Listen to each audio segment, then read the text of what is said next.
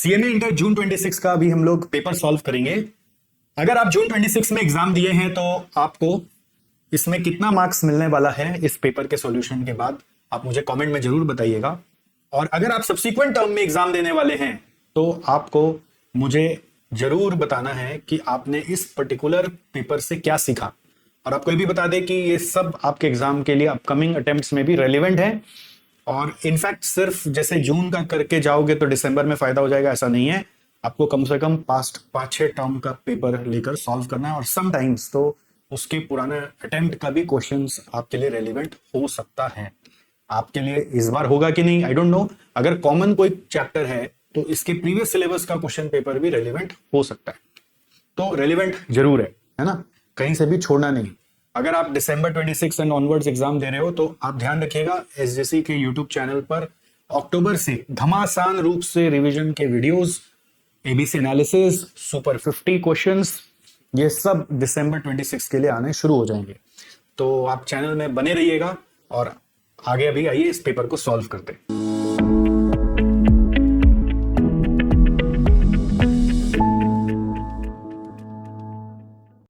पहले एमसीक्यू पे आ जाते हैं। पेपर का स्टैंडर्ड अगर बोले तो overall I will say easy paper था। क्या बोलेंगे? Easy paper. नॉर्मली मैं इजी बोलता नहीं हूं बट फिर भी इजी लग रहा है। Let's consider an example of Taswa limited, a product manufacturing company who is aware that it needs to produce the products. One of the important aspect involved in the operation planning which is related to the question, are our machines able to provide desired results, is known as maintenance management, quality management, inventory management, aggregate planning. तो इसका answer होगा maintenance management. बहुत obvious सा answer है। ISO model, इसके ऊपर हर बार एक question आता है कोई ना कोई आईएसओ मॉडल पे। तो quality assurance and final inspection किससे जुड़ा हुआ है? 9003 से जुड़ा हुआ है। ठीक है, तो इसके लिए एक बार इंस्टीट्यूट मैट में ले जाके आपको पूरा आईएसओ का चारों पार्ट पढ़ा देता हूं। इससे हर बार एक क्वेश्चन आ जाता है। सोचिए इतना इजी पार्ट है और याद रखने का पार्ट है। 9001 का जो मॉडल है वो बताता है डिजाइन कैसे करना है, in production, installation and servicing, चारों का रिक्वायरमेंट पे काम करता है। 9002 प्रोडक्शन और इंस्टॉलेशन पर, 9003 फाइनल इंस्पेक्शन टेस्ट पर, और 9004 जो है वो क्वालिटी सिस्टम एलिमेंट्स पर, 9000 जो है वो क्वालिटी एश्योरेंस स्टैंडर्ड्स पर। राइट, तो अकॉर्डिंगली आप अगर ध्यान देंगे तो यहाँ पर 9003 आपका आंसर है। Next, there are two industries A and B manufacturing hose couplings. The standard time per piece is 15 minutes. The output of two small scale industries is 30 and 20 respectively per shift of 8 hours. Find the productivity of each per shift of 8 hours. So, आपको productivity per shift of 8 hours पूछ रहा है। मतलब आपको बताना है कि हम लोग अपने 8 घंटे में कितना बना पा रहे हैं। तो यहाँ पर क्या हो रहा है ना, अभी आंसर परसेंटेज में दिया हुआ है तो प्रोडक्टिविटी को लेके बड़ा वो रहता है कि किस तरह से निकालना है। आउटपुट पर इनपुट के हिसाब से निकालना है कि खाली आउटपुट पर आउटपुट बताना है या आउटपुट बाय इनपुट का कोई रेशियो बताना है। तो परसेंट में दिया तो आउटपुट बाय इनपुट करना पड़ेगा। यहाँ पे आउटपुट जो दिया हुआ है वो आपको 30 एंड 20 यूनिट्स दिया हुआ है। अगर आप ध्यान दें तो प्रोडक्टिविटी ऑफ ईच शिफ्ट अगर 8 घंटे में परसेंटेज में बताना और स्टैंडर्ड टाइम दे रहा है तो शायद एफिशिएंसी के बारे में पूछ रहा होगा। तो एफिशिएंसी अगर निकालना है तो standard time for actual output लेंगे। Standard time is 15 minutes, actual output is 30 units. तो इसके लिए आपका जो टाइम लगना चाहिए वो ये रहा और एक्चुअल टाइम जो लगा वो 8 घंटा हुआ, तो रेशियो आ गया ये। और वैसे यहाँ पर standard time for actual output अगर लेंगे तो 20 इंटू 15/60 करके आया, डिवाइड बाय एक्चुअल टाइम किया तो 8 आया। तो इससे आपका एफिशिएंसी रेशियो ही निकाला है जिसको प्रोडक्टिविटी रेशियो की तरह इधर ट्रीट करना है। ठीक है, तो ये कब क्या होगा ये डिपेंड करेगा इंफॉर्मेशन के ऊपर। Okay, next, at which stage of life cycle organization get engage in aggressive promotional and pricing programs? तो इंट्रोडक्शन फेज है कि ग्रोथ फेज है कि मैच्योरिटी फेज है कि डिक्लाइन फेज है? इसका आंसर है maturity phase. What is the answer? Maturity phase. Next, a temporary and one time endeavour undertaken to create a unique product और service which brings about beneficial change or added value is called as। देखो one time endeavour है, unique product और service create करना है और उसका answer क्या होगा? प्रोडक्ट, प्रोसेस, प्रोसीजर की प्रोजेक्ट। तो इसका आंसर है प्रोजेक्ट। वर्ड यूनिक से क्लिक करता है और वन टाइम से क्लिक करता है। Next, which one of the following phases of project management life cycle is where bulk of the project happens? इसका आंसर है एग्जीक्यूशन फेज। जब काम होता है तो वो एग्जीक्यूशन फेज में होता है। विच one of the following is not the limitation of Gantt chart? ये नॉट हम लोग को दिखाई नहीं देता। तो बोल रहा है scheduler can't easily incorporate changes in timing, machine loads and current status. तो नॉट द लिमिटेशन, मतलब क्या है कि लिमिटेशन जो नहीं है, मतलब आपको एडवांटेज बताना है, ठीक है। देखो फिर क्या बोला, this chart is static and has to be updated periodically, it is the limitation. This does not give a clear indication of interrelationship between separate activities, ये भी लिमिटेशन है। This does not clearly indicate the details regarding progress of activities, ये भी limitation है। But क्या limitation नहीं है, ये लिमिटेशन नहीं है फर्स्ट वाला। ये एक्चुअली यहाँ पे कांट नहीं होगा, कैन होगा, मतलब अगर आप ठीक से बोले तो इसका गैंट चार्ट का एडवांटेज ही है कि इजिली इनकॉर्पोरेट कर लेता है चेंजेस, ठीक है। तो Gantt chart can easily incorporate changes in your schedule. That's why Gantt chart was created. But it has its limitations. When not the limitation word थोड़ा सा टेक्निकल, और ऊपर से यहाँ पे कांट बोल के दे दिया तो वो भी टेक्निकल हो जाता है। बट इसका आंसर ये है कि आपको इजीली चेंज करना अलाउड है। तो कौन सा लिमिटेशन नहीं है वो बताना आपको, तो लिमिटेशन ये नहीं है, ठीक है। थोड़ा इंग्लिश का खेला है। फिर the slack time of tail and head event of activity Z of a project ZB are 10 days and 4 days respectively. If the free float of activity Z is 12 days, find the total float. So total float का formula है free float plus slack of head event. Actually free float का formula है total float minus C. तो total float क्या होगा, आप इसमें इधर उधर कर लेंगे तो ये आएगा, आंसर होगा 16. Next, the main shaft of an equipment of Geartech Limited has a very high reliability of 0.9. The equipment comes from Russia and has a high downtime cost associated with the failure of the shaft. आपको याद होगा सब maintenance management में आपने किया, spare parts management में। This is estimated at ₹2 crore as the cost of sales lost and other relevant cost. What would be the expected cost of down time? तो down time होने का probability सिर्फ 0.1 है और उसका कॉस्ट है 2, तो आपका नेट कॉस्ट क्या होगा, 2 crore इंटू 0.1, ठीक है। आंसर है probability of down time is 1 minus 0.9 यानी कि 0.1, और कॉस्ट ऑफ डाउन टाइम है 2 crores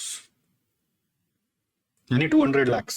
तो देयरफॉर जो एक्सपेक्टेड कॉस्ट हो सकता है वो होगा दोनों को मल्टीप्लाई करके 20 लाख, ओके। तो यहां पे ये डिवाइडेड बाय, क्योंकि अब हमको नहीं पता, आंसर है 20। नेक्स्ट इजी है। Auto bolt limited a larger computer installation contains 2650 components of identical nature which are subject to failure as per probability distribution that follows. So failure to date दिया हुआ है मंथ वाइज, आपको ये figure आप देखिए 15, 25, 40, उसके बाद दे दिया 20। इसका मतलब क्यूमुलेटिव फिगर नहीं है, इंडिविजुअल फिगर है। Components which fail have to be replaced for efficient functioning of the system. What would be the average number of replacements per month? देखो इस बार क्या दिखा ना, मैंने हर पेपर में जून 26 का हर पेपर में इन्होंने ना एमसीक्यू में थोड़ा सम्स को इनकॉर्पोरेट किया, थोड़ा इसको लेंदी बनाने का कोशिश किया। मतलब बोल रहे कि 2 मार्क का दिया है ना तो मेहनत करो, मतलब हर सब्जेक्ट में, इंटर में भी फाइनल में भी they have tried to incorporate more detailed MCQs. जैसे कि लग रहा है कि पूरा सम ही बनाना पड़ेगा, तो you have to be very swift. मतलब आप अगर मान लीजिए छोटा छोटा क्वेश्चंस को इग्नोर करते थे तो इग्नोर करने से नहीं होगा, उसको भी कैलकुलेटर में करके फास्ट करना आना चाहिए। सब एग्जाम्पल क्वेश्चंस थे आपके मेन चैप्टर के, है ना। तो देखो यहाँ पे बोल रहा है आपको number of replacements per month बताना है, तो पहले निकालना पड़ेगा एवरेज इलैप्स टाइम पर फेलियर, मतलब एक फेलियर के लिए कितना महीना लग जाता है। तो इसका एवरेज करना है which is equal to probability into number of months जो भी दिया हुआ है, उसका एवरेज आ रहा है 2.65। तो 2.65 मंथ्स आ रहा है, इसका मतलब क्या है, हर 2.65 मंथ्स में एक फेलियर होता है, एक ब्रेकडाउन होता है। पर फेलियर मींस पर ब्रेकडाउन। तो एक महीने में कितना होता होगा, in 1 month it is equal to 1/2.65 failure हो जाएगा। और अगर हमारे पास 2650 कंपोनेंट्स है तो उसके लिए कितना फेलियर होगा, 2650/2.65, आंसर आ रहा है 1000, करेक्ट। तो आंसर इज 1000, ऑलराइट। तो ये सब एमसीक्यू में उम्मीद नहीं था बट आया है। बट एक चीज और देखना है, ये अभी तक जो 10 क्वेश्चंस थे वो सारे के सारे आपके ओएम के थे, ओके। अब आगे बढ़ते हैं। Next, the blue ocean strategy includes, अभी एसएम का क्वेश्चन आ गया। ब्लू ओशन स्ट्रेटजी मतलब क्या होता है कि आप कुछ नया क्रिएट कर रहे हैं। इसका आंसर है create and capture new demand. Boat नहीं हो गए, बीट छाप रहे, पुराना से चला आ रहा है, बुक में भी बोट छपा हुआ था तभी भी बोट चल रहा है। तो ये सब नहीं है, आपको हमेशा कोई भी ऑप्शन चुनने के पहले बाकी सब ऑप्शंस भी पढ़ लेना है, जिससे श्योर हो जाता है कि आप जो ऑप्शन चुने वो राइट है कि रॉन्ग है, ठीक है। फिर specific, understandable, measurable, attainable, relevant and time bound are certain desirable characteristics which are possessed by which one of the following. Goal में, कि ऑब्जेक्टिव में, कि मिशन में, कि विजन में। बताइए इसका आंसर क्या होगा। सो इसका राइट आंसर है ऑब्जेक्टिव। ये सब एसएम में आपको पढ़ाया जाता है। In the fast framework the letter S represents, इसका आंसर है स्पेसिफिक। सो यदि आपको जानना है कि फास्ट में बाकी एफ ए एस टी बाकी सबका क्या फुल फॉर्म है, तो आप इंस्टीट्यूट मैट में जाके देख सकते हैं। F is for frequently discussed, A is for ambitious, S is for specific, T is for transparent. So ये गोल को बेसिकली रियलाइज करने के प्रिंसिपल्स है कि गोल फ्रीक्वेंटली डिस्कस होने चाहिए, चैलेंजिंग गोल होना चाहिए, जैसे कि आपका सीएमए बनने का गोल है, स्पेसिफिक होना चाहिए कि सीएमए ही बनना है और ये सब्जेक्ट में इतना इतना नंबर लाना है, और ट्रांसपेरेंट होना चाहिए कि सबको विजिबल होना चाहिए, तब सब लोग मिलकर इस पे काम करते हैं। तो आप जो पढ़ाई कर रहे हैं, जो मेहनत कर रहे हैं, अगर उसके बारे में आपके घर वालों को ही नहीं पता चलेगा तो वो आपके लिए काम नहीं करेंगे, रादर आपके अगेंस्ट में हो जाएंगे। Next, dash are the growth rate of the economy, interest rates, currency exchange rates and inflation rates. So इसका आंसर क्या होगा। Dash are the growth rate of economy, interest rate वगैरह मैक्रो इकोनॉमिक है, technological है, demographic है, political है, तो इसका आंसर है मैक्रो इकोनॉमिक। फिर dash is based on primary activities that have to be undertaken by an organization, functional structure, matrix, project based और ट्रांसनेशनल। सो अगर आप प्राइमरी एक्टिविटीज की बात करें तो वो होता है फंक्शनल स्ट्रक्चर में। तो आप देखिए 5 क्वेश्चन जो है ये पूरा एसएम से आ गया। तो इंस्टीट्यूट ने कैसे मार्क्स डिवाइड किया आपको समझ में आया। इस बार नॉर्मली ब्लेंड होके आता है, ये वाला इस बार 10 ओएम और 5 क्वेश्चन एसएम। सो 10 मार्क्स का आ गया एसएम से और 20 मार्क्स का आ गया ओएम से। तो अब इसके बाद आता है डिस्क्रिप्टिव क्वेश्चंस। डिस्क्रिप्टिव क्वेश्चन में क्वेश्चन नंबर 2, 3, 4 और 5 और यस 5 तक 2, 3, 4, 5 4 questions are from OM and 6, 7, 8 are from SM. So if you divide MCQ में अगर आप ध्यान दोगे तो ओएम से कितना आया, ओएम से आया 10 एमसीक्यूज यानी 20 मार्क्स, और एसएम से कितना आया 10 मार्क्स। और डिस्क्रिप्टिव में अगर आप ध्यान दोगे 2, 3, 4, 5 यानी कि 2, 3, 4, 5 यानी कि 4 questions 14 marks each 56 and 3 question 14 3 42 is from SM यानी कि 42। तो इससे 76 मार्क्स का आया और इससे 52 मार्क्स का आया, राइट। और करना आपको जो है वो 100 मार्क का करना है। तो ये तो कंपलसरी होता है आपके एग्जाम में। और इसके बाद आपको यहाँ पर जो है वो आप एनी 5 करोगे। तो जिसका एसएम में स्ट्रेंथ है वो एसएम आराम से रट के जाके 6, 7, 8 करके आ सकता है। एसएम अच्छा सब्जेक्ट भी है, पढ़ने लायक भी है, मजा भी आता है पढ़ के, करेक्ट। जैसे अगर कल को कोई केस स्टडी बनाना पड़े या कोई स्ट्रेटेजी का काम करना पड़े तो वो सब एसएम से ही होगा। तो एसएम स्ट्रॉन्ग किया तो 3 क्वेश्चन तो यहाँ पे कर लिया और 2 क्वेश्चन प्रैक्टिकल वाला ओएम का मार दिया, अगर सारा ओएम का प्रैक्टिकल कर लिया तो, है कि नहीं है। तो ये सबसे इजी तरीका। या फिर ओएम का प्रैक्टिकल से मोहब्बत हो गया तो आप देखिए 2, 3, 4, 5 में 2 नंबर जो है वो पूरा थ्योरी है, 3 नंबर ए बी पूरा प्रैक्टिकल है, 4 ए बी पूरा प्रैक्टिकल है और 5 ए बी भी प्रैक्टिकल है। तो 3 में से मान लीजिए 3 प्रैक्टिकल इधर से उठा लिया ओएम से और आपको 2 क्वेश्चन फिर एसएम से करना पड़ेगा। तो एसएम पढ़ना तो पड़ेगा ही, चाहे एसएम का 3 क्वेश्चन करे एग्जाम में तो ओएम का 2 करना पड़ेगा, और अगर ओएम का 3 करें तो एसएम का 2 करना पड़ेगा। ना सिंपल है, ठीक है। बट तैयारी हमेशा करके जानी चाहिए, कम से कम 6 क्वेश्चन की। अगर आप तैयारी करके जाएंगे सिर्फ 5 क्वेश्चन की तो कोई ना कोई क्वेश्चन ऐसा टेढ़ा आ गया जो आपकी उम्मीद से परे था तो आपका पेपर छूट जाएगा। तो कौन सा एक और तैयारी करेंगे, वो एसएम का होगा या ओएम का होगा, वो आपको अपने स्ट्रॉन्ग पॉइंट के हिसाब से चुनना है। तो राइट नाउ अभी मैं थ्योरी पे ज्यादा डिस्कशन नहीं करूंगा, प्रैक्टिकल आपको बता दूंगा। थ्योरी स्ट्रेट है, बुक से आपको मिल जाएगा। ओके हमारा एक लास्ट डे रिवीजन नोट्स पूरा बनाया हुआ था, आपने नहीं लिया तो दिसंबर एग्जाम में जरूर ले लीजिएगा, जिसको भी चाहिए होगा उसको बोल दीजिएगा। तो ध्यान रखिएगा, उसमें सब कुछ दिया हुआ है। Analyse and summarise the various factors affecting the facility location selection decision. तो फैसिलिटी लोकेशन के लिए क्या डिसीजन, क्या फैक्टर्स कंसिडर करोगे, और फिर यहाँ पे बोल रहा है 5 स्टेजेस ऑफ डिजाइन थिंकिंग बताओ। तो ये रट्टा मार वाला चीज है, अगर याद रहा तो काम हो जाएगा। अब आ जाते हैं 3A, ये रिप्लेसमेंट से आ गया, रिप्लेसमेंट थ्योरी, मतलब एकदम बेसिक क्वेश्चन। रिप्लेसमेंट थ्योरी का जो सबसे इजी क्वेश्चन हो सकता है वो है। तो इसमें बोल रहा है मशीन खरीदा था 3 लाख में, इंस्टॉलेशन ऑफ द मशीन है 50,000, तो कॉस्ट पकड़ लेंगे हम लोग 3,50,000, और रीसेल वैल्यू आपको अलग अलग ईयर का दिया हुआ है, मेंटेनेंस कॉस्ट बिल अलग ईयर का दिया हुआ है। बोल रहा है average annual cost of replacement for each year बताओ, और after how many years we should replace the machine. So देखना, प्रेजेंटेशन इज द की। आप जब आंसर करते हो तो आप लोग बस अपना धुन में आंसर करते हो, आपको part one part two proper लिख के समझा के करके आना है। जैसे अगर हम इसको प्रेजेंट करेंगे तो हम ऐसे लिखेंगे एग्जाम में कि हम लिखेंगे सॉल्यूशन टू क्वेश्चन 3A, फिर लिखेंगे पार्ट वन। पार्ट वन में क्या पूछा है उसको हेडिंग देंगे, average annual cost of the machine, average annual cost of machine. फिर क्या लिखा हुआ है, average annual cost of machine, cost of replacement है, cost of replacement per year. जो पूछा है उसको हेडिंग दे दो तो क्या होता है वो चेक हो जाएगा। सर ब्लू और ब्लैक कर सकते हैं? नहीं, एग्जाम में एक ही कलर यूज करेंगे और वो है ब्लैक, ब्लू यूज नहीं करेंगे। क्यों? क्योंकि आजकल कॉपियां स्कैन होती है और ब्लू है ना स्कैन नहीं होता अच्छे से, ब्लैक अच्छे से स्कैन होता है। तो सर फिर हेडिंग को कैसे दिखाएंगे? हेडिंग को कैपिटल में लिख दो, जब ब्लैक ही ब्लैक चल रहा है तो हेडिंग कैपिटल लिख दो, अंडरलाइन कर दो। सो मैंने क्या किया, ऐसे बिफोर रिकॉर्डिंग थोड़ा सा पढ़ लिया था ना कि क्या पढ़ाना है आपको, तो एक बार कॉपी कर लिया था कि टाइम बचे, आपके सामने फटाफट सॉल्व कर लेंगे। तो इसका प्रोसेस क्या होता है, सबसे पहले हम लोग निकालते हैं purchase cost minus resale value, जिसको हम लोग बोलते हैं डेप्रिसिएशन। ठीक है, डेप्रिसिएशन निकालना है, purchase cost minus resale value. तो परचेज कॉस्ट क्या है, 3 लाख प्लस 50,000, 3,50,000 होगा, 3 lakh plus 50,000 minus resale value 35,000। तो 350 माइनस 35 करके आ रहा है 315। फिर उसी तरीके से हर साल 350 तो रहेगा ही, 3 लाख प्लस 50,000 तो रहेगा ही, बस रीसेल वैल्यू चेंज हो जाएगा, वो आ गया 30,000। तो ये आ गया 350 माइनस 30 से 320। ठीक है, फिर आ रहा है 325। फिर कितना आएगा, 350 माइनस 19, 350 माइनस 19 करें तो 331। फिर 350 माइनस 15 करें तो 335। फिर 350 माइनस 11,000 कर रहे तो आ रहा है 339। फिर 350 माइनस 9,500 कर रहे हैं तो 340,500। फिर 350 माइनस 9,000 कर रहे हैं तो 341।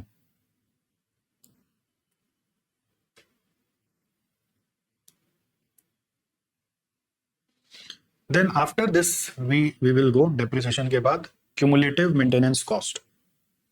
ठीक है, तो क्यूमुलेटिव मेंटेनेंस कॉस्ट कैसे आएगा, ये बस ऐड करते जाना है, 4,000 फिर 6,800 ऐड कर देंगे तो 10,800, प्लस 11,000 ऐड करेंगे तो 21,800, प्लस 15,800 ऐड करेंगे तो 37,600, प्लस 23,000 ऐड करेंगे तो 60,600, प्लस 28,000 ऐड करेंगे तो 88,600, प्लस 57,000 ऐड करेंगे तो 145,600, प्लस 69,000 ऐड करेंगे तो 214,600।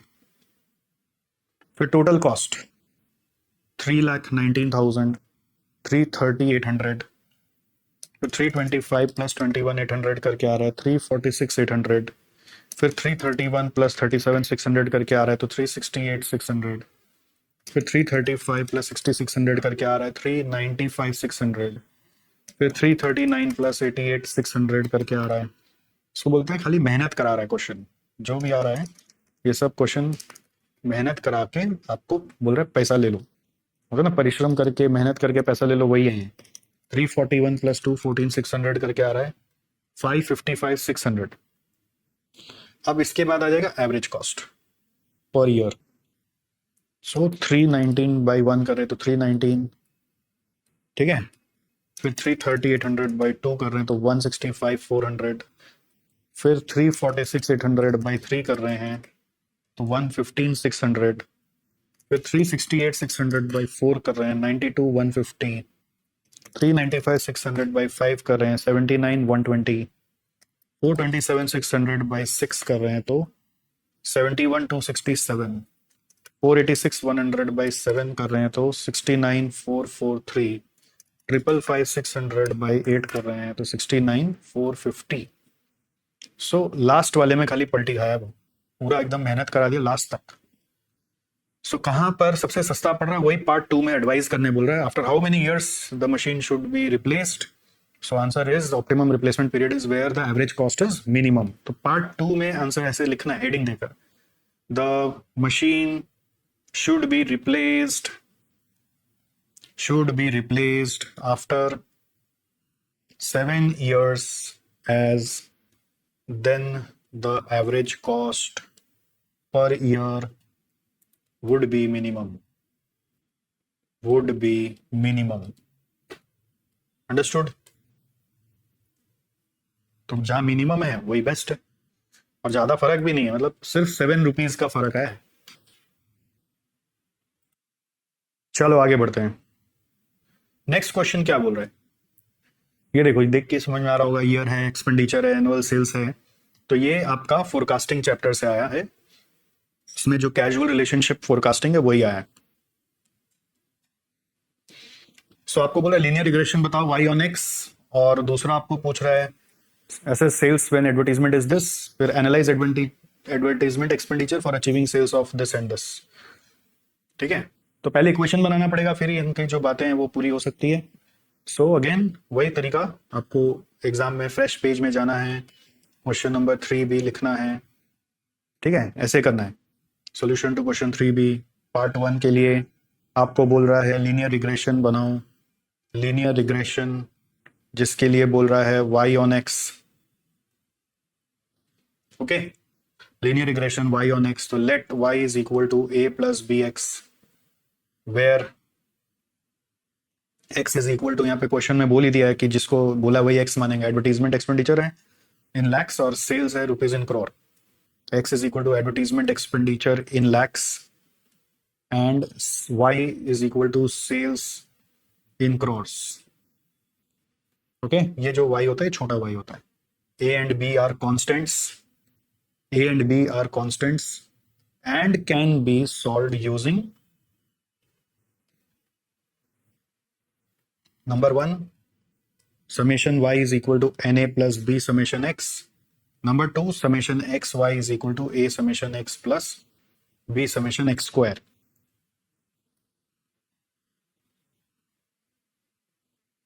अब इसमें क्या आएगा,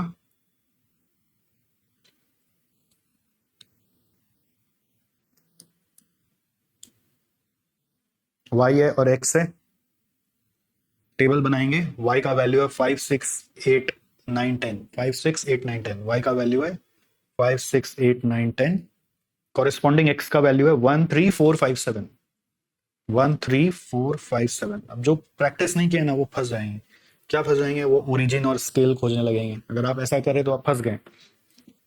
ठीक है, तो समेशन y चाहिए, समेशन x चाहिए, एक्स वाई चाहिए, एक्स स्क्वायर चाहिए। कैसे पता चलता है, ये इक्वेशन लिख लेने से पता चल जाता है कि क्या क्या वैल्यू लगेगा।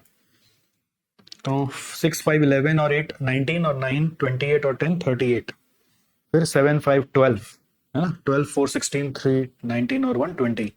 अब शर्म की बात क्या है पता है, स्टूडेंट्स लोग इसको भी कैलकुलेटर में ऐड करता है और 2 बार क्रॉस चेक भी करता है कि हम ये एडिशन सही किया है कि नहीं किया है। अगर आप भी उनमें से एक हैं तो मुझे कमेंट में जरूर बताइए कि मैं भी वही हूं जो आपने बोला।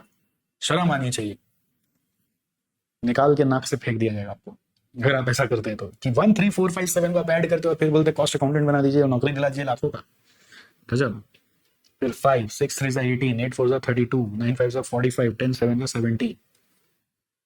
ठीक है, अभी इसको भी आपको मैनुअली ऐड करना चाहिए हिसाब से। तो 18 और 5 23 और 2 25 और 30 55 और 45 100 और 70 170 हो गया ना ऐड। क्या नहीं हो सकता। स्क्वायर करने के लिए तो कैलकुलेटर लगेगा, ये तो आप मैनुअली कर ही नहीं सकते। 1 का स्क्वायर करिए, 1 into equal to answer change ही नहीं हो रहा है कैलकुलेटर में, कुछ खराब हो गया क्या। 1 इंटू इक्वल टू 1 ही फिर चेंज हो रहा है, क्या गड़बड़ हो रहा है, आंसर 1 ही आ रहा है। 3 का स्क्वायर 9 16 25 49। ठीक है, ये कितना होगा, 9 1 10 16 और 16 16 एंड 25 1 26 और 25 51 51 और 49 100। Yes, so now we are going to solve the equation, solving equations. पहला इक्वेशन क्या है भाई, पहला इक्वेशन था summation y which is 38 is equal to n कितना है 1 2 3 4 5 5a plus b summation x is 20। So 5a plus 20b is equal to 38। What is the second equation, summation xy 170 is equal to a summation b नहीं होगा, गलत लिखा, a summation x होगा, a summation x। So a into summation x is 20 plus b summation x square b into 100। सो ये होगा 20a plus 100b is equal to 170। अब ये दोनों इक्वेशन को सॉल्व करना पड़ेगा। 5a plus 20b is equal to 38, 20a plus 100b is equal to 170। तो solve करने के लिए मान लीजिए लोग b को एलिमिनेट करते हैं, तो यहाँ पे ऊपर में 5 से मल्टीप्लाई कर लेते हैं, तो ये हो जाएगा ये इक्वेशन री राइटिंग इक्वेशन 1, ये आएगा 5 5 25A, 20 इंटू 5 है 100B, 38 इंटू 5 होगा 190, और फिर आएगा 20A plus 100B is equal to 170।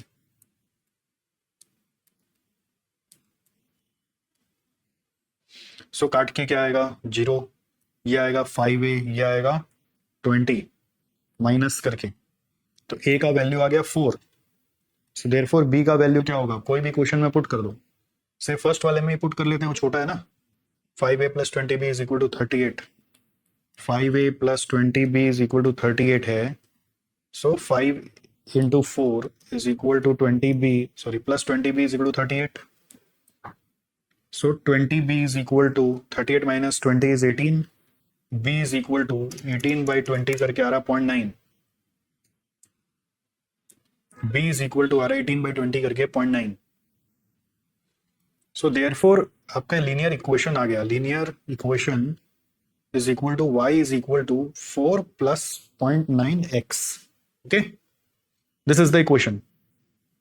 अब क्या होता है ना, कई बार आपको तसल्ली नहीं होता है सही है कि गलत है, तो आप दूसरा वाला में पुट करके चेक कर सकते हैं, यहाँ पे एक बार इतना ही तसल्ली किया जा सकता है। सो 20 इंटू 4 80 और 100 इंटू 0.9 इज 90, तो 80 प्लस 90 इज 170। अब नेक्स्ट क्या बोल रहा है, व्हाट इज नेक्स्ट, पार्ट 1 के बाद पार्ट 2। पार्ट 2 में क्वेश्चन बोल रहा है हम लोगों को analyse and assess the sales for advertisement expenditure of 8 lakh. तो ऐसे लिखना है, part 2 sales when advertisement expenditure is rupees 8 lakhs। So answer क्या होगा, y equal to 4 plus 0.9 into 8, 8 into 0.9 plus 4 करके आ रहा है 11.2। फिर part 3 advertisement expenditure for achieving a sales of 7 crore and 13 crore। So advertisement expenditure for sales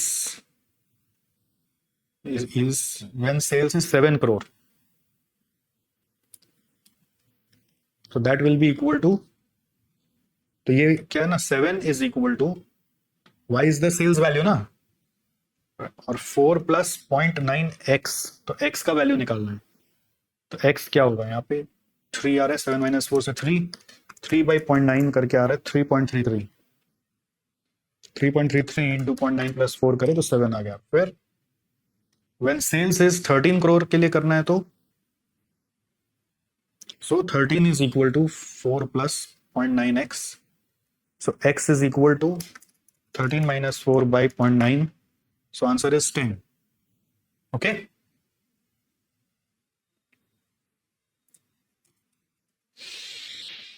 हो गया solve.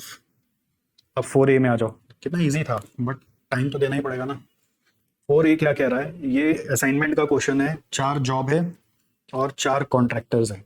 Okay, और आपको क्या दिया हुआ है, टेंडर अमाउंट यानी कोटेशन दिया हुआ है, और ईच कॉन्ट्रैक्टर को 1 जॉब मिलेगा। Analyse and assign the appropriate job to each contractor to minimise the total cost, और असाइन करने के बाद total cost of all the jobs आपको बताना है। इससे इजी क्या हो सकता है बताओ, मिनिमाइज ही करना है आपको, ऑब्जेक्टिव भी क्लियर है ना, तो इसको तो आप अपने आप पॉज करके सॉल्व कर सकते हैं, मतलब इतना इजी है।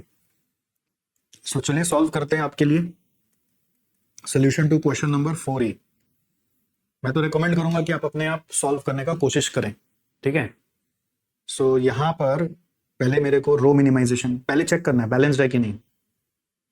तो बैलेंस्ड प्रॉब्लम है कि नहीं, कैसे चेक करते हैं, नंबर ऑफ रोज 4 है यहाँ पर, 4, नंबर ऑफ कॉलम्स भी 4 है, देयरफॉर आप क्या बोलेंगे, बैलेंस्ड प्रॉब्लम है।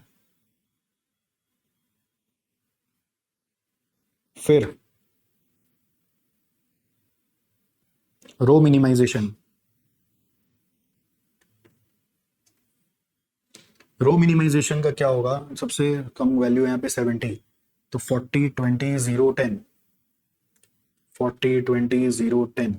फिर कॉलम मिनिमाइजेशन, रो मिनिमाइजेशन ही चलेगा अभी, 60 है सबसे छोटा, तो 10 20 40 0, 10 20 40 और 0।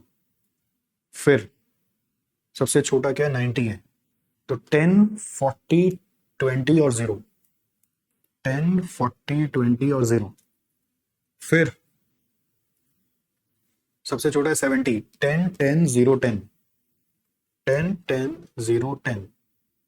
अब रो मिनिमाइजेशन के बाद हम लोग को करना है कॉलम मिनिमाइजेशन। आप रो ऑपरेशन बोलिए, कॉलम ऑपरेशन बोलिए, क्या फर्क पड़ता है, बात है कि नहीं। तो यहाँ पे 10 है तो 30, 0, 0, 0। फिर यहाँ पे भी 10 है सबसे छोटा, तो 10, 10, 30, 0। फिर 0 है तो कॉपी 0, 40, 20, 0। फिर 0 है तो कॉपी 10, 0, 0, 10। अब इसके बाद हम लोग को क्या करना है, इसके बाद हम लोगों को लाइन ड्रॉ करना है। कितना लाइन ड्रॉ करना है, मिनिमम लाइन। तो सबसे ज्यादा जीरो जहां पे, वहां पे लाइन ड्रॉ करेंगे, एक बार यहाँ पे, एक बार यहाँ पे। तो 2 लाइन में हो गया। अब तीसरा लाइन, चौथा लाइन। अब और कोई तरीका है लाइन ड्रॉ करने का जिससे लाइन कम लगेगा, एक यहाँ पे, 2, 3, अल्टीमेटली 4 लाइन लगी रहे। करेक्ट है ना। तो यहाँ पे 1 मारा, यहाँ पे 2 मारा, यहाँ पे 3 मारा, कैसे भी कर लो, there are 4 lines being drawn. So अब अपने बोल सकते हैं, since number of lines is equal to order of matrix, order of matrix, so हम लोग क्या बोलेंगे, देयरफॉर सॉल्यूशन इज ऑप्टिमम, है ना। और इसके बाद अब अपन क्या बोलेंगे, अब बॉक्सिंग करेंगे। Next step is boxing the zeros. 30, 10, 0, 10, 0, 10, 40, 0, 0, 30, 20, 0, 0, 0, 0, 10। सो अब बॉक्सिंग करते हैं। सबसे पहला अकेला जीरो जहाँ है यहाँ पर है, तो इसके नीचे वाला काट दिया। 2 0 है, 2 0 है, 2 0 है, इधर से लेके 3 है, इधर अकेला मिला कॉलम में, तो रो का कट गया। फिर अब देखो यहाँ पे टाई हो गया, इसको बोलेंगे arbitrary boxing, multiple solution exist. तो रेफरेंस के लिए यहाँ पे मेंशन कर देना ज्यादा अच्छा है, जिससे एग्जामिनर को डाउट हो तो वो अपना सॉल्व कर ले। आर्बिट्ररी बॉक्सिंग चाहिए, arbitrarily boxing done at row two C1, ये वाला, ठीक है। तो ये बॉक्स हुआ, तो ये कटा, ये कटा, फिर ये बॉक्स हो गया। अब इसके बाद ऑप्टिमम असाइनमेंट आ जाएगा। Correct, optimum assignment. तो एक्चुअली जो पार्ट 1 है वो ये है, क्वेश्चन का पार्ट 1 जो है वो अब यहाँ पे चालू हो रहा है। अगर आप ध्यान से समझेंगे तो पार्ट 1 में बोला था ऑप्टिमम असाइनमेंट बताना, तो एग्जाम में ऐसे हेडिंग देके फिर बताना है कि हमने क्या किया। अब रो में क्या, इधर कॉन्ट्रैक्टर है, उधर जॉब्स है। सो कॉन्ट्रैक्टर और जॉब और उसका टाइम, टाइम या कॉस्ट जो भी है, टेंडर, टेंडर है ना, कॉस्ट होगा। सो कॉन्ट्रैक्टर में क्या नाम है, C1, C2, 1 2 3 4 और ABCD। तो 1 2 3 4, 1 को क्या दिया C, 2 को दिया A, 3 को दिया आपने D और 4 को दिया है B। और उसका कॉस्ट क्या है, CADB। CADB C का 70, 70, 90 और 70, 70, 70, 90, 70, ठीक है। 70, 70, 90, 70, तो तीनों का मिला के आ रहा है 300। तो ये है part 2 where they are saying minimum cost, ठीक है। Minimum cost of finishing all jobs, finishing all jobs is equal to ₹300। Minimum cost of finishing all jobs is equal to ₹300। हो गया, हाँ, ₹300। अब रुपीज चाहे जैसा भी हो, अमाउंट इन ₹1000 दिया हुआ, तो ₹300 इन 1000 भी लिख दो, क्या दिक्कत है। ऑल राइट, नेक्स्ट देखो 5A में आ जाओ। सो 5A क्या है, लीनियर प्रोग्रामिंग का क्वेश्चन है। लीनियर प्रोग्रामिंग में स्टूडेंट्स को हमेशा डाउट होता है, सर हम क्या क्या पढ़े, इतना सारा है। सबसे पहले सिंप्लेक्स का कोई टेबल वाला चीज तो पढ़ना ही नहीं, ये ध्यान रखना है, ठीक है। सिर्फ फॉर्मुलेशन पढ़ना है। अब फॉर्मुलेशन कैसे करते हैं, फॉर्मुलेशन करने के लिए आपको पहले खोजना है ऑब्जेक्टिव क्या है, what is the objective, objective is to maximise the profit, ठीक है। फिर खोजना है वेरिएबल क्या है, वेरिएबल वो है जिसका प्रॉफिट फिगर क्वेश्चन में दिया हुआ है। तो प्रॉफिट फिगर 3 चीज का दिया हो तो वेरिएबल बन जाएगा। और ये कैसे दिया हुआ है, प्रॉफिट दिया हुआ है पर यूनिट के हिसाब से, तो वेरिएबल हो जाएगा number of units of tables X, Y and Z। Correct. तो देखो मैं इतना अच्छे से ना सॉल्व कर करके जो दिखा दे रहा हूँ आपको, आपको मेरा क्या करना है, शुक्रगुजार करना है। अच्छा मैं तो 4B तो करा ही नहीं, 4A से सीधा 5A में चला गया। चलो कोई नहीं, पहले 4B करते हैं फिर 5A में जाएंगे। चलो आ जाओ 4B में आ जाओ। 4B क्या है, 4B पढ़िए, RKG and retailer places an order of 40 units for product BT and estimated sales for each day are expected to follow the probability distribution. Unit cost is 100, sold for 150, and stock out causes a loss of 30. As no proper storage facility exists, unsold units are to be thrown. Following 2-digit random numbers are to be used to simulate the demand for profit or loss for 10 days. आपको 10 random numbers दिए हुए हैं. Using 2-digit random number in sequence, simulate and assess the 10 days demand of the product. और फिर बोल रहा है resulting profit or loss बताओ. तो ये कौन सा क्वेश्चन आ गया? सिमुलेशन का आ गया. तो पहले तो आपको इंटरवल बनाना है, फिर आपको रैंडम नंबर से अपना आंसर सिलेक्शन करना है. तो वो आप सबसे पहले कर लीजिए, फिर अपने आगे बात करते हैं. चलिए फटाफट, अगर आपको आता है तो अपने से करिए, खाली देखने से नहीं होगा. और नहीं आता है तो सीखिए मेरे साथ साथ, क्या दिक्कत है? टैक्स थोड़ी ना लगता है, सीखने में क्या जाता है. बहुत सारे हमारे प्यारे प्यारे स्टूडेंट ऐसे ही हैं जो इन्हीं वीडियोस के माध्यम से पास हो रहे हैं. तो आप भी हमारे स्टूडेंट हैं. पास होने के बाद हमें जरूर बोलने आइएगा कि सर आपके ऐसे ऐसे वीडियोस से ही हम पास हो गए थे. तो ऐसा नहीं कि दूध भात करते हैं, आपको अपना स्टूडेंट नहीं मानते. हमारे कैटेगरी में 2 स्टूडेंट है, एक पेड स्टूडेंट है और एक यूट्यूब स्टूडेंट है. तो यूट्यूब स्टूडेंट को भी हम लोग उतना ही शिद्दत से पढ़ाना चाहते हैं. तो डिमांड है, ठीक है, और उसकी प्रोबेबिलिटी दी हुई है, क्यूमुलेटिव प्रोबेबिलिटी इनटू 100, और फिर रैंडम इंटरवल आएगा. तो ये वर्किंग नोट बन रहा है एक तरह से, क्योंकि ये क्वेश्चन में चला के बोला नहीं. तो डिमांड है 10 से 60 तक, प्रोबेबिलिटी है 6, 10, 15, 40, 16, 13. देखिए याद हुआ कि नहीं? 10, 20, 30, 40, 50, 60. और ये 0.06, 0.10, 0.13, 3 ही याद हुआ. नहीं, गलत हो गया. 6, 10, 15, फिर 40, 16, 13 मिक्सअप हो गया. 6, 10, 15, 40, 16, 13. बट जोड़ के देख लीजिए 100 हुआ कि नहीं. 16 और 15 हुआ 31, 71, 87 और 13 करके 1. क्यूमुलेटिव प्रोबेबिलिटी 0.06, 0.16, 0.31, 0.71, 0.87 और 1 इंटू 100 करके 6, 16, 31, 71, 87 और 100. Random interval 0, 0, 06, 16, 31, 71, 87, 05, 15, 30, 70, 86, 99. फिर सिमुलेशन वर्कशीट.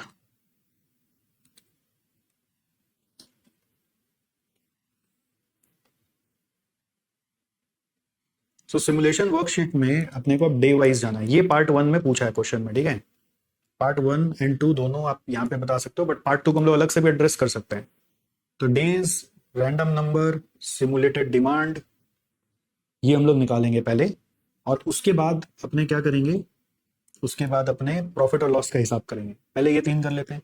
सो डेज में 1 से 10 तक जाएंगे. रैंडम नंबर है 93, 53, 81, 93, 93, 53, 81, 93, 1, 2, 3, 4, 5, 6, 7, 8, 9, 10, 93, 53, 81, 93 हो गया. 88, 22, 32, 96, 88, 22, 32, 96. फिर नेक्स्ट 2 79 और 06.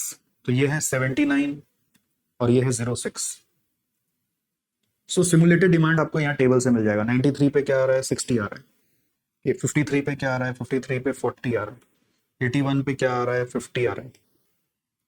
93 पे क्या आ रहा है? 60 आ रहा है.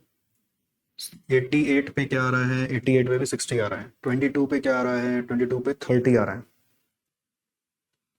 फिर 32 पे क्या आ रहा है? 32 पे आ रहा है 40. 96 पे आ रहा है 60. 79 पे आ रहा है 50. फिर 6 पे आ रहा है 20. हो गया. अब क्वेश्चन में क्या बोला है?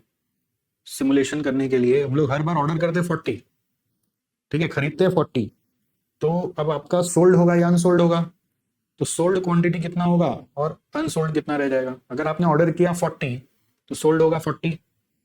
डिमांड 60 का है तो 20 अनसोल्ड नहीं है, 20 लॉस सेल्स है. लॉस सेल्स क्वेश्चन में बोला है क्या?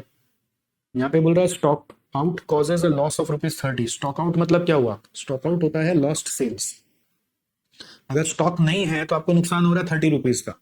तो अनसोल्ड होगा या फिर स्टॉक आउट होगा. स्टॉक आउट समझ गए? स्टॉक आउट मतलब अनसेटिस्फाइड डिमांड. अनसेटिस्फाइड डिमांड होगा. तो ये कितना करेगा 20 का, अनसोल्ड कुछ नहीं रहा। अब 40 का ऑर्डर करते हैं आप और 40 का डिमांड आया तो पूरा 40 बिक गया, ना अनसोल्ड ना स्टॉक आउट। 40 ऑर्डर किया, 50 का डिमांड आया तो 40 बिकेगा और स्टॉक आउट रह गया 10। 40 का ऑर्डर किया तो 20 आपका स्टॉक आउट हो गया। 40 का ऑर्डर किया तो फिर 20 स्टॉक आउट हो गया। फिर 40 ऑर्डर किया, 30 का डिमांड है तो 30 बिकेगा, 10 अनसोल्ड रहेगा। फिर 40 है तो 40 बराबर 40 ऑर्डर करेंगे तो 20 अनसोल्ड स्टॉक आउट हो गया। 40 ऑर्डर करेंगे तो 10 स्टॉक आउट हो गया। 40 ऑर्डर करेंगे तो 20 बिकेगा और 20 आपका ये होगा, ठीक है। 20 ये होगा, मतलब अनसोल्ड होगा, ये माने अनसोल्ड। सो अब आप बताओ सोल्ड कितना हुआ, अल्टीमेटली टोटल सोल्ड कितना हुआ। अब इसको भी आप कैलकुलेटर में करोगे ना। लज्जा लगे ना, बंगाली में शर्म को बोलते हैं लज्जा। तो हम लोग की जो मैम थी स्कूल में, वो हम लोग को चिढ़ाती थी जब हम लोग उनकी क्लास में हिंदी में बात कर लेते थे। बोलते तो वो बंगाली में बोलती थी, फिर लज्जा लगे ना, लज्जा लगे ना। तुम लोग, मैं मेरा भाई लोग का ना एक तकिया कलाम हो गया था, हम लोग आपस में भी आके घर में कोई भी मस्ती होता था ना, एक दूसरे के साथ कुछ भी छेड़खानी कर देते थे तो एक दूसरे को ही बोलते थे, "ए, तो हमको छुआ कैसे, लज्जा लगे ना, लज्जा लगे ना, लज्जा लगे ना, लज्जा लगे ना।" कभी भी याद है, सोचो बचपन की बातें। 4 8 4 8 4 12 4 16 4 20 3 23 4 27 4 31 4 35 2 37 370 आ रहा है। सर हिंदी में आप जोड़ दिए तो ये तो इतना इंग्लिश आता नहीं है ना। 4 8 12 4 16 4 20 23 27 31 35 37 अनसोल्ड हो गया 30 और स्टॉक आउट हो गया 20 10 30 20 50 70 और 30 100 हो गया। सो अब प्रॉफिट और लॉस अगर निकालना है तो ये आपका पार्ट 2 था। क्वेश्चन में जो पार्ट 2 पूछा, रिजल्टेंट प्रॉफिट और लॉस, रिजल्टेंट प्रॉफिट। सो जो आपने सेल किया सोल्ड यूनिट्स पर 370 इंटू कितना करके प्रॉफिट आएगा, 370 इंटू प्रॉफिट आएगा 100 माइनस 150 का 50। सो 370 इंटू 50 करके आ रहा है 18500। फिर अनसोल्ड के कारण बोल रहे हैं जो भी आपने खरीदा वो फेंकना पड़ेगा, it has to be thrown. क्या लिखा होता है, unsold units has to be thrown. और ये 40 यूनिट्स हम लोग जो खरीदे वो 100 यूनिट 100 रुपीज करके आया। सो ये 30 यूनिट्स 100 रुपीज करके जो लॉस हो गया हम लोगों का, यहाँ पे प्रॉफिट हुआ, यहाँ पे लॉस हो गया, तो दिस इज 3000। और उसके बाद स्टॉक आउट के कारण भी बोल रहा है लॉस होगा 30 रुपीज का। सो ये 100 यूनिट से 30 रुपीज करके लॉस होगा, ठीक है। तो ये 3000 फर्दर लॉस हो गया, तो 6000 गया तो 12500। This is the answer, this is your resultant profit. समझ में आ गया आपको। अब एग्जाम में आप ठीक से प्रेजेंट किए हो कि नहीं ये सब आपको ही देखना पड़ेगा ना। ये सब शॉर्ट फॉर्म नहीं चलेगा एग्जाम में, मैं लिख देता हूँ बट एग्जाम में शॉर्ट फॉर्म नहीं चलेगा। सर उसका नंबर काट लेगा, काटता नहीं है इन जनरल, बट बदमाश कोई होना हो तो हो सकता है। ओके क्लियर है। एक और क्रॉस चेक होता है, डिमांड का भी टोटल कर लो, देखो क्या होता है। 6 4 6 4 10 15 21 27 300 30 34 40 45 47 कितना होगा 47, यानी कि 470। हमें राइट।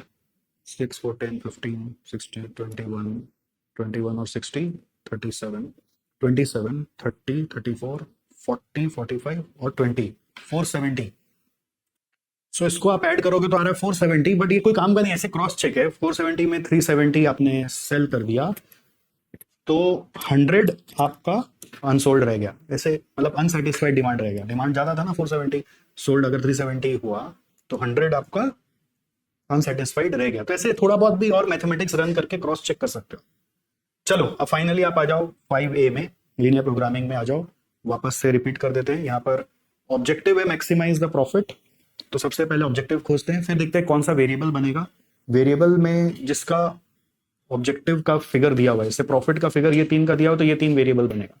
तो ये 2 मेन डिसीजन पॉइंट है। उसके बाद आपको अपना ऑब्जेक्टिव फंक्शन बनाना है और कॉन्स्टेंट का फंक्शन बनाना है। तो कॉन्स्टेंट एकदम क्लियर है कि availability is restricted for the resources, तो less than equal to type C है, ठीक है। तो सबसे easiest question of the paper है ये वाला। अगर आप लीनियर प्रोग्रामिंग थोड़ा सा भी सीखे हैं तो बहुत बार एग्जाम में यही वाला क्वेश्चन आता है, बस थोड़ा सा नाम और फिगर चेंज हो जाता है। तो सॉल्यूशन टू क्वेश्चन 5A, यहां पर क्या होगा, सबसे पहले अपने लिखेंगे let the number of units to be produced for table, chair and book cases. Tables, chairs and bookcases are X, Y and Z respectively. Small z. Yeah. ठीक है. फिर the linear programming problem can be formulated as objective function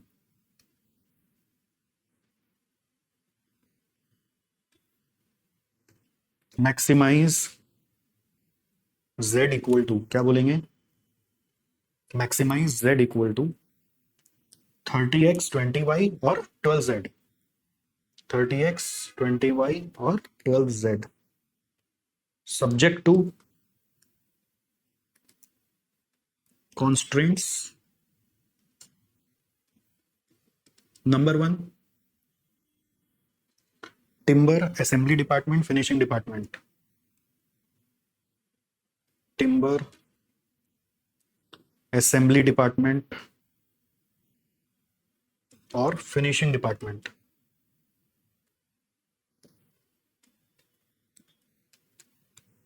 सो कैसे बनेगा, line by line. 8x 4y 3z less than equal to 640, 8x 4y 3z less than equal to 640. फिर क्या होगा, 4x 6y 2z less than equal to 540, 4x 6y 2z less than equal to 540, x y z less than equal to 100, x y z less than equal to 100. Number 4 है non negativity assumption which is x, y, z greater than equal to 0. हो गया, that's it. 7 marks उठा के pocket में डाल लो. अब last ये है पर्ट सीपीएम से, पर्ट से रादर. सो इसमें क्या बोल रहा है आपको, 3 तरह का टाइम है. एक्सपेक्टेड ड्यूरेशन बताना है जिसका फॉर्मूला होता है TO + 4TM + TP/6. फिर design and develop the PERT network diagram indicating all path through it. तो डायग्राम बना लेंगे. क्रिटिकल पाथ और ड्यूरेशन बताना है और टोटल फ्लोट बताना है. इससे इजी कुछ हो ही नहीं सकता. ये सेम क्वेश्चन आपको याद होगा LMRB बैच में भी कराया गया था. हम लोग है ना एक लास्ट मोमेंट का रिवीजन बैच लाए थे जिसका नाम दिया था LMRB. और क्या धासु उसमें पढ़ाई हुआ, आपको क्या बताया. आने वाले टाइम में फिर से आएगा. बने रहना होगा यूट्यूब में, सब खबर लेते रहना होगा. सब चीज यूट्यूब पे पूरा पूरा नहीं आता है.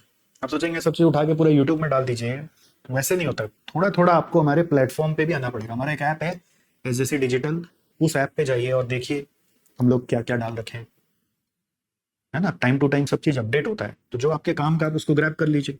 और सब चीज यूट्यूब में नहीं आता. आपको क्या लगता है 100% चीज यूट्यूब में आ जाएगा, फिर SJC इंस्टीट्यूट चलेगा कैसे. इतना तो कॉमन सेंस आप भी रखिए. चलिए नेक्स्ट. सो पहले नेटवर्क डायग्राम बनाते हैं. 1 2 1 3. उसका सीक्रेट क्या है ना, पहले एकदम शॉर्ट में बना लो रफली, फिर फेयर करो. 1 2 1 3 1 4 2 5 3 5 4 6 और 5 6 बन गया. तो शॉर्ट में बनने के बाद अब इसको बड़ा कर लो. सबसे पहले नेटवर्क डायग्राम हेडिंग दे दो आप, नेटवर्क डायग्राम. और यहाँ पे ड्यूरेशन दिया हुआ है तो ऐसा पेट कटा हुआ बनेगा. 1 2 1 3 1 2 1 3 बन गया. फिर क्या होगा, सॉरी 1 2 1 3 1 4 भी है, 1 4 भी है, 4. फिर 2 5 3 5 4 6 5 6 आ गया. ये था ना 3 5 2 5 4 6 5 6. अब यहाँ पे अभी ड्यूरेशन नहीं लिख सकते बिकॉज TO TM TP तीनों मालूम है. अभी इसको पूरा टेबल को सजा के आपको एग्जाम में प्रॉपर इसका वो निकालना पड़ेगा, एक्सपेक्टेड ड्यूरेशन. अगर आप मुझे थोड़ा अलाउ करेंगे तो मैं यहाँ पर कॉपी कर लूँ पहले. 1 2 1 3 1 4 2 5 3 5 4 6 5 6. 1 2 1 3 1 4 2 5 3 5 4 6 5 6. यही है. फिर टीओ है, टीओ इसको बोलूंगा, इसको टीपी टीएम बोलूंगा, इसको टीपी बोलूंगा। 445 4556 टीओ है, ये एक्टिविटी है। 445 4556, ठीक है। 445 4556, फिर क्या है, 4775 4754, या सॉरी 475 4889, 475 4889 मेन टाइम ये सब में जा रहा है। और इसको इंटू 4 कर दीजिए आप, यहाँ पे into 4 into 4 into 4 into 4 into 4 into 4 into 4 ऐसे कर दीजिए। फिर टीपी, टीपी क्या है, 10 10 11 4 17 11 18, 10 10 11 4 17 11 और 18, 4 17 11 और 18, ठीक है। अब टीई आएगा, तो what will be T, 4 plus 16 plus 10 divided by 6 5, थोड़ा फास्ट करने के लिए 428 और 10 बाई 6 7, आपको एग्जाम में लिख देना है, it is formula is this. So यहाँ पे क्या आ रहा है देखो, और आगे करो अपने से मैथ्स। 5 प्लस 5 4 ज़ा 20 प्लस 11 36 बाई 6 इज 6, फिर ये तो 4 ही आएगा। फिर 32 8 4 ज़ा 32 प्लस 5 प्लस 17 बाई 6 करें 9 आ रहा है। फिर 32 प्लस 5 प्लस 11 बाई 6 करें तो 8 आ रहा है। फिर 36 प्लस 6 प्लस 18 बाई 6 कर रहे हैं तो 10 आ रहा है। ओके, अब ये सारा वैल्यूज को अपने नेटवर्क डायग्राम में बैठा देते हैं। तो 1 2 का है 5, 1 3 का है 7, 1 4 का है 6, 2 5 का है 4, 3 5 का है 9, 4 6 का है 8, 5 6 का है 10। फिर जीरो से स्टार्ट करके ईएल भरते हैं। तो 1 से 2 में जाएंगे 5, 2 के बाद 3 में आएंगे 0 प्लस 7 7, 3 के बाद 4 में आएंगे 0 प्लस 6 6, 4 के बाद 5 में जाएंगे बट लॉन्गेस्ट रूट से, 5 प्लस 4 9 7 9 16 तो 16। फिर 5 के बाद 6 में आएंगे बट लॉन्गेस्ट रूट से, 6 प्लस 8 14 है और 16 प्लस 10 26 है, तो 26, रिवर्स 26। फिर रिवर्स जाएंगे 6 के बाद 5 में, माइनस 10 करेंगे 16, 5 से 4 में आएंगे 26 माइनस 8 करके आ रहा है 18। फिर 4 से 3 में आएंगे 16 माइनस 9 करके आ रहा है 7। फिर 3 से 2 में जाएंगे 6 माइनस 4 करके आ रहा है 12। फिर यहाँ पे आएगा 0। ओके, इसके बाद आफ्टर दिस व्हाट नेक्स्ट। अब क्वेश्चन में बोला क्रिटिकल पाथ बताओ, क्या क्या पूछा क्वेश्चन में, देखो expected duration of the activities हो गया, ये पार्ट 1 हो गया, ठीक है। एग्जाम में अच्छे से प्रेजेंट करना है तो ऐसे लिख सकते हो, एक्सपेक्टेड ड्यूरेशन ऑफ एक्टिविटीज, ठीक है। 5 7 6 4 9 8 10, तो चेक करते हैं ना, दिमाग में जोर नहीं पड़ेगा, वो सिर्फ चेक करके निकल जाएगा। Design and develop network diagram, indicate all paths through it, सारा पाथ्स बताना है। सो पार्ट 2 में बोल रहा है पाथ्स, कितना पाथ्स बन रहा है यहाँ पर, 1 2 5 6 एक पाथ है, 1 2 5 6, और कौन सा पाथ है, फिर दूसरा पाथ देखो 1 3 5 6 बन रहा है, फिर कौन सा पाथ है, 1 4 6 भी पाथ है, 1 4 6 बन गया पाथ्स। फिर क्वेश्चन क्या बोल रहा है, identify the critical path and it's duration. So part 3 में बोल रहा है क्रिटिकल पाथ बताओ, ऐसे एग्जाम में हेडिंग देना है, ठीक से समझ गए, एंड इट्स ड्यूरेशन। ड्यूरेशन सबका नहीं पूछा है, क्रिटिकल पाथ निकालने के लिए क्या तो मैं सबका ड्यूरेशन निकाल लेता और सबसे लॉन्गेस्ट ले लेता, या फिर मैं ई और एल निकाला ही हूं तो मैं जहां इक्वल है उसको ज्वाइन करूंगा, तो ये दोनों इक्वल है, ये दोनों इक्वल है, ये दोनों इक्वल है, तो answer is 1 3 5 6। Critical path is 1 3 5 6, और ड्यूरेशन जो लास्ट का ड्यूरेशन है, लास्ट गोला पे 26, ड्यूरेशन इज 26, ठीक है। तो आंसर डेज में दिया हुआ है, तो आप यहाँ पे बोल सकते हैं 26 डेज। सर डेज नहीं लिखेंगे नंबर कटेगा, कटना तो नहीं चाहिए बट पता नहीं, ऐसा कभी ध्यान नहीं दिए हम लोग। फिर फोर्थ में क्या बोला है question, total float available in each activity बताओ, तो इसीलिए टेबल बनाए थे। तो टोटल फ्लोट निकालने के लिए क्या चाहिएगा, अर्लीस्ट स्टार्ट टाइम चाहिए, लेटेस्ट फिनिश टाइम चाहिए, और आपको फिर अर्लीस्ट फिनिश टाइम चाहिए, ये 3 चीज होने से हो जाएगा। तो अर्ली स्टार्ट टाइम कैसे आता है, check E of head event, sorry tail event, early start time tail event का ई चेक करता है। टेल ये है, हेड ये है, टेल से हेड जाना है, टेल ये हेड ये है, तो check E of tail event, तो 1 2 का ई क्या है, ई मतलब ऊपर वाला वैल्यू, ये ई है, तो सब में जो गोला में ऊपर में वैल्यू है उसका वैल्यू देखना है। तो 1 का 0, 1 का 0, 1 का 0, 2 का है 5, 3 का है 7, 4 का है 6, 5 का है 16।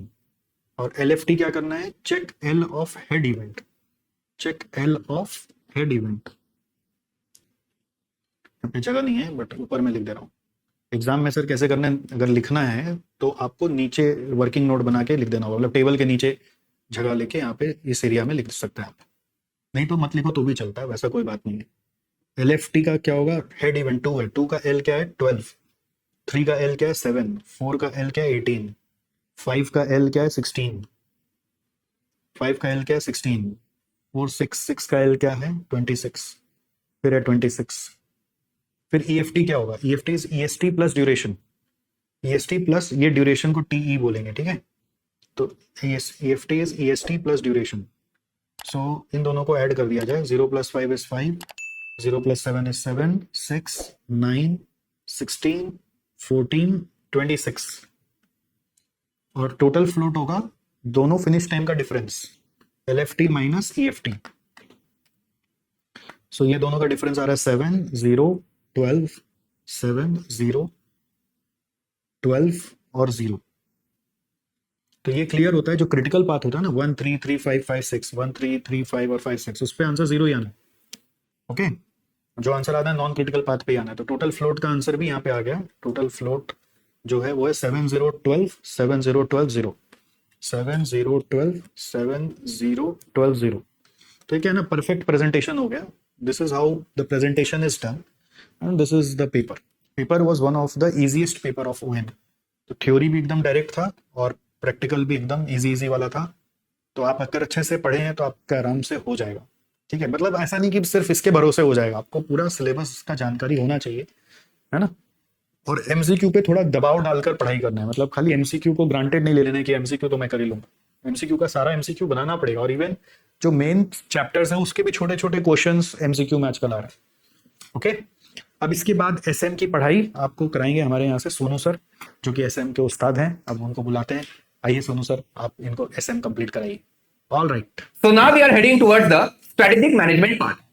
And you can see कि जून 26 एग्जाम ऑलमोस्ट 52 मार्क्स के क्वेश्चन पूछे गए हैं। तो अगर आप इस पेपर में बहुत ज्यादा हाई स्कोर करने की उम्मीद रखते हो तो जितना ध्यान से आप ओएम पढ़ोगे ना, उतने ही फोकस से आपको स्ट्रेटेजिक मैनेजमेंट भी पढ़ना होगा। तो चलिए मैं फटाफट आपको सॉल्व करवा देता हूं। Question number 11, the blue ocean strategy includes create and capture new demand. Because जब आप बोर्ड द कंपटीशन की बात करते हो, you are making the value cost trade off and exploit existing demand. तो ये तीनों पॉइंट्स रेड ओशन स्ट्रेटेजी पे अप्लाई करते हैं। ब्लू ओशन स्ट्रेटेजी के लिए you need to create and capture new demand. So this is my right answer. फिर specific, understandable, measurable, attainable, relevant and time bound. इसका मैंने एक न्यूमेरिक बनाया था smart 2। S for specific, M for measurable, A for attainable, R for relevant, T for time bound, and U for understandable. These are certain desirable characteristics of objectives. तो B है मेरा right answer. फिर fast framework में letter H क्या represent करता है? Specific, ठीक है। फिर dash are the growth rate of the economy, interest rates, currency exchange rates and inflation rates. ये आपको पेस्टल एनालिसिस में पढ़ाया गया था। These are macroeconomic forces. तो ए है मेरा सही जवाब। फिर what is based on the primary activities that have to be undertaken by an organisation. तो ये है फंक्शनल स्ट्रक्चर। तो एमसीक्यू में कितने सवाल है? 5, और हर एक का वेटेज है 2 मार्क्स। तो अगर आपने ठीक से पढ़ाई की होगी तो हार्डली 2 मिनट लगेगा या 3 मिनट लगेगा इन सबको सॉल्व करने में। तो these 10 marks were gifted. Now come to descriptive portion. Question number 6A. Strategic management refers to the set of management decisions and actions that determine the long-term performance of an organization. In this context, analyze the 4 basic elements of strategic management.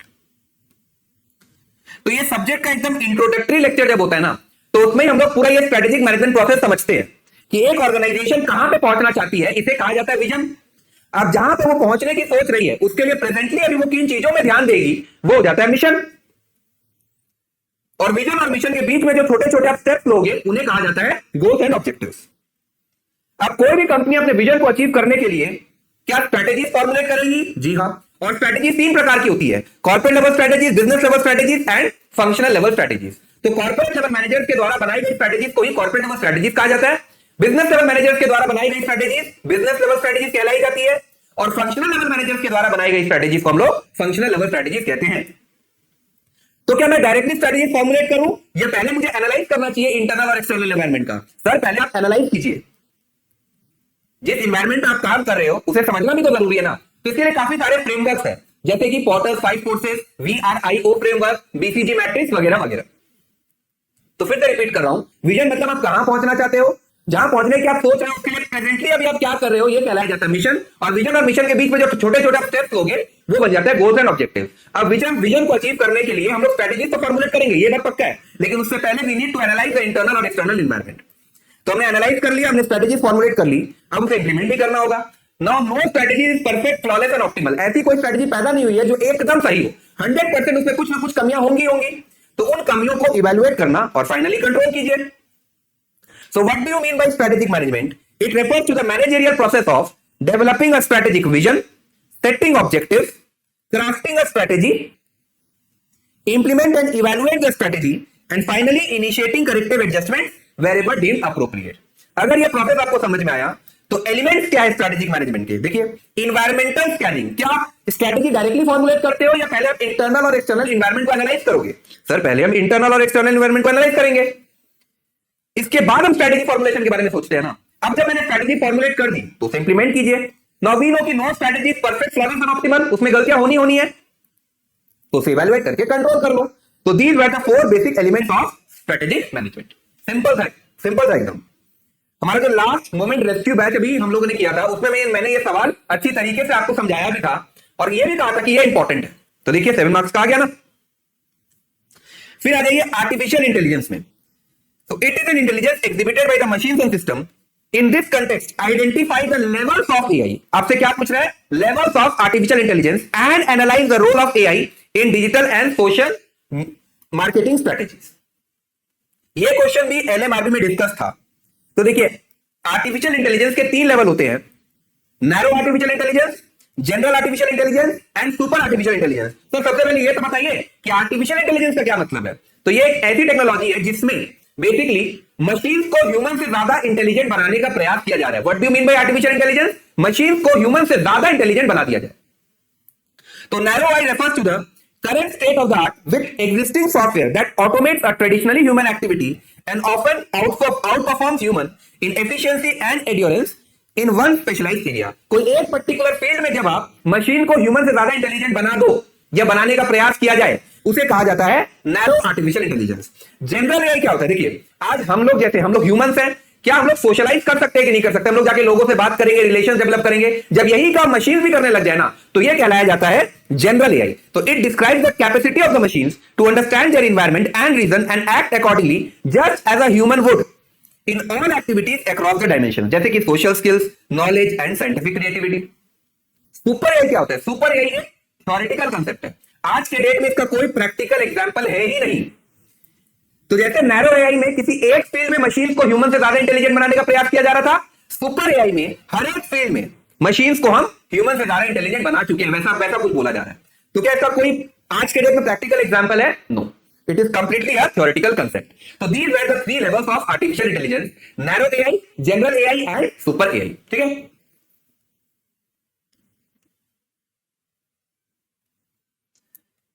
फिर इसी question का एक और सब part है कि analyse the role of artificial intelligence in digital and social marketing strategies. तो इसके काफी सारे टाइप्स है, डिजिटल मार्केटिंग स्ट्रेटजीज के काफी सारे प्रकार है, जैसे कि इन्फ्लुएंसर मार्केटिंग। आज विराट कोहली और MS धोनी कहीं ना कहीं हम लोगों को इन्फ्लुएंस करते हैं कि आप बूस्ट पीजिए, तो ये हो गया आपका इन्फ्लुएंसर मार्केटिंग। फिर एफिलिएट मार्केटिंग में क्या होता है, जैसे कि ये भुवन बाम है, लेंसकार्ट या भुवन बाम के पास कि आप अपने यूट्यूब चैनल में हमारे प्रोडक्ट के बारे में कुछ बताइए। भुवन बाम बोलता है कि हाँ हम करने को तैयार है, बट हर एक सेल पे मुझे कुछ कमीशन चाहिए, ये होता है आपका एफिलिएट मार्केटिंग। तो it is similar to the referral programmes, it involve working with the outside individuals और companies under the agreement that they promote your product in exchange for a commission. हमें कुछ commission देना होगा from each sale that can be attributed to their efforts. जैसा इनका काम है, जिस तरीके से एडवर्टाइज कर रहे हैं, जब ये अपने चैनल में एडवर्टाइज किए उसके बाद से इन्हें कुछ सेल में कमीशन चाहिए, कुछ पार्ट चाहिए, ये होता है आपका एफिलिएट मार्केटिंग। पे पर क्लिक मार्केटिंग मुझे बताने की भी दरकार नहीं है। आज फेसबुक के एकदम राइट हैंड साइड कॉर्नर में देखा कीजिए, कहीं ना कोई ऐड चलता ही रहता है, उसमें जैसे मैं क्लिक करूंगा तो कंपनियों को कुछ पैसे देने पड़ते हैं। तो ये हो गया pay per click marketing. It is basically to purchase traffic to their website. Email marketing, हमारे ईमेल में काफी सारे ब्रांड वगैरह आता ही रहता है कि ये देख लीजिए, ये ऑफर चल रहा है, ये ऑफर चल रहा है, तो ये हो गया आपका ईमेल मार्केटिंग। फिर सोशल मीडिया मार्केटिंग, सर बताने की भी दरकार नहीं है, आप फेसबुक, इंस्टाग्राम, यूट्यूब वगैरह जो खोलते हो, वहां पर कितनी सारी कंपनी एडवर्टाइजमेंट वगैरह करती रहती हैं। फिर सर्च इंजन ऑप्टिमाइजेशन, जैसे कि मेरे को मन किया कि मैं शूज खरीदूं, अब शूज जैसे मैंने गूगल में टाइप किया, सबसे पहला लिंक आता है मिंत्रा का।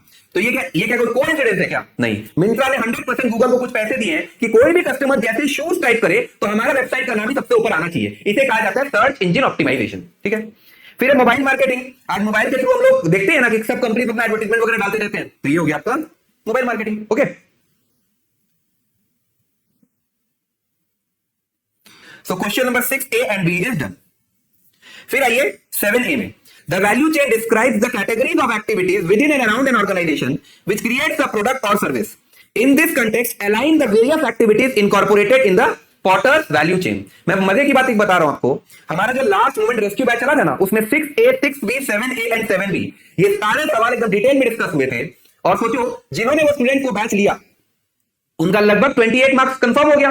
ओके, ये मैं सिर्फ आपको इसलिए कहता हूं कि कोई भी इंस्टीट्यूट, मैं सिर्फ एसजीसी के बारे में नहीं बोल रहा, कोई भी इंस्टीट्यूट जब कुछ नया लाए और कुछ नया लाए तो मतलब नया टाइप का कोई प्रोडक्ट अगर आ रहा है ना मार्केट में, तो उसे आप कंप्लीटली इग्नोर मत किया कीजिए, हो सकता है वो आपके लिए बेनिफिशियल हो जाए। ओके, सो वैल्यू चेन के रिगार्ड में वेरियस एक्टिविटीज पूछा जा रहा है।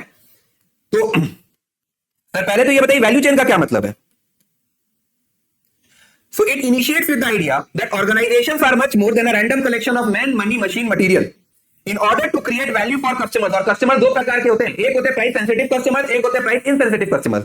प्राइस सेंसिटिव कस्टमर्स को वो लोग मैनेज करेंगे cost efficiently and effectively. Like से फॉर एग्जांपल कि आज ये पेन अगर 10 रुपए का है और अगर ये 11 कर दिया गया ना, तो ये पेन नहीं कोई और पेन परचेज करूंगा, तो I am a price sensitive customer. Price insensitive कब हो जाऊंगा, जैसे समझ लो ये पेन है 1 लाख रुपया का, अब 1 लाख से 2 लाख भी हो जाए तो भी मैं यही पेन परचेज करूंगा, तो इसे कहा जाता है price insensitive customer. So the concept of value chain initiate with the idea that organisation is much more than a random collection of men, money, machine, material. Now in order to create value for price sensitive and price insensitive customers, हमें resources को deploy करना पड़ता है into activities and organise them into systems and routines. अब ये activities दो प्रकार की होती हैं, पहला प्राइमरी एक्टिविटीज और दूसरा सपोर्ट एक्टिविटीज। प्राइमरी एक्टिविटीज के अंदर इनबाउंड लॉजिस्टिक्स आ जाएगा, ऑपरेशंस आएगा, outbound logistics, marketing, sales, service, और सपोर्ट एक्टिविटीज में आपका procurement, technological development, human resource management and infrastructure. ठीक है, ये सब कुछ अगर आप लिखोगे तो ये 7 मार्क्स सिक्योर्ड है। तो ये भी खत्म। फिर भी the BCG matrix, Boston Consulting Group matrix has several advantages, इसके काफी सारे एडवांटेजेस होते हैं। However there are at least 3 potential problems with this matrix. In this context append the said 3 potential problems of BCG matrix. तो सवाल बहुत चतुराई से आपसे पूछा गया है, आपको लग रहा है कि आपसे एडवांटेजेस लिखने के लिए मांगा जा रहा है, नहीं, ये बोल रहे हैं कि हाँ बीसीजी मैट्रिक्स के काफी सारे फायदे होते हैं, बट हमें आप प्रॉब्लम्स के बारे में बताइए। तो 7 मार्क्स के लिए सिर्फ 3 प्रॉब्लम बताना है, नहीं 7 मार्क्स के लिए क्या क्या लिखना है पहले ये समझो। आपको ये बीसीजी मैट्रिक्स ड्रॉ करके आना होगा, भले सवाल में नहीं बोला गया, अगर आप 7 में से 7 चाहते हो तो ये मैट्रिक्स ड्रॉ करना अनिवार्य था। नाउ बीसीजी मैट्रिक्स के एक्स एक्सिस में आपका रिलेटिव मार्केट शेयर आता है, और relative market share depicts business के स्ट्रेंथ, और इसका वाई एक्सिस में मार्केट ग्रोथ रेट होगा जो आपके मार्केट की अट्रैक्टिवनेस को दर्शाएगा। Now relative market share can be high, can be low, similarly market growth rate can also be high, it can also be low. अब इन दोनों को यूज करके 4 क्वाड्रेंट पॉसिबल है। पहला है क्वेश्चन मार्क, जिसे हम प्रॉब्लम चिल्ड्रन या वाइल्ड कैट भी कह सकते हैं, दूसरा है स्टार, तीसरा कैश काउ, और चौथा डॉग। क्वेश्चन मार्क में हम कौन से स्ट्रेटेजी को यूज करते हैं, इन्वेस्टमेंट स्ट्रेटेजी। स्टार में हम री इन्वेस्ट करेंगे, कैश काउ में हार्वेस्ट करेंगे, और डॉग में हम करेंगे डाइवेस्ट। सर थोड़ा और बता दीजिए इसके बारे में। तो प्रोडक्ट लाइफ साइकिल के जैसे 4 स्टेज होता है ना, इंट्रोडक्शन, ग्रोथ, मैच्योरिटी, डिक्लाइन, तो प्रोडक्ट लाइफ साइकिल का इंट्रोडक्शन स्टेज रिजेंबल करता है with the question mark quadrant of BCG matrix. Product life cycle का ग्रोथ स्टेज रिजेंबल करता है with the star quadrant of BCG matrix. फिर product life cycle का maturity stage resembles with the cash cow quadrant of BCG matrix and product life cycle का declining stage resembles with the dog quadrant of BCG matrix. अब success sequence क्या होगा? आपने कोई धंधा शुरू किया, आपको फेल हो गया बिजनेस, तो आप क्वेश्चन मार्क से डायरेक्टली डॉग बन गए। लेकिन अगर वो बिजनेस सक्सेसफुल हो गया तो आप पहले क्वेश्चन मार्क से स्टार बनोगे, स्टार से कैश काउ। तो what are the disadvantages of this matrix? पहला है वेग डेफिनेशंस, जैसे कि आज रिलेटिव मार्केट शेयर कब हाई है कब लो है, इसका जो डेफिनेशन है इट्स वेरी वेग। फिर इग्नोर्स करता है एक्सटर्नल कैपिटल, जैसे कि क्वेश्चन मार्क में इन्वेस्टमेंट करना है तो इन्वेस्टमेंट के लिए पैसे चाहिए, तो ये पैसे कहां से आएंगे? कैश काउ से। हम बाजार से पैसे उठा ही नहीं सकते, कैश काउ जो पैसा हमें देगा वही पैसे हमें क्वेश्चन मार्क बिजनेस में लगाने हैं। तो वेग डेफिनेशन, इग्नोर्स करता है एक्सटर्नल कैपिटल। फिर डीमोटिवेशन, जैसे देखो जो लोग भी या जो इंप्लॉइज भी कैश काउ क्वाड्रेंट में काम कर रहे हैं उन्हें पता है कि यार यहां से जो भी पैसा निकलेगा या फिर बिजनेस से जो भी पैसा बनेगा वो तो पूरा का पूरा क्वेश्चन मार्क क्वाड्रेंट में लग जाएगा। अब कोई कंफर्म है क्या कि क्वेश्चन मार्क क्वाड्रेंट में जो बिजनेस है वो 100% सक्सेसफुल होंगे ही होंगे? हो सकता है वो डायरेक्टली डॉग बन जाए, है कि नहीं? तो it serves as a demotivation. So labelling a team a cow a dog runs morale. No one wants to work just to have their profit milk for someone else. Cash cow के जो profits हुए उन्हें निकालना, उसे milk करके आप कहां पे लगा रहे हो? क्वेश्चन मार्क में। और आखिरी है self fulfilling prophecies. If you stop investing in cash cow you might kill it and turn into dog faster than necessary. मतलब बीसीजी मैट्रिक्स ये अज्यूम करता है कि कैश काउ बिजनेस जो भी पैसे आपको दे रहा है वो you need to divert that funds to question mark quadrant. तो अगर मैं कैश काउ में इन्वेस्टमेंट करूंगा ही नहीं तो अल्टीमेटली होगा क्या? किसी ना किसी दिन वो कैश काउ तो डॉग करना ही बनना है। तो these were the 4 disadvantages of Boston Consulting Group matrix.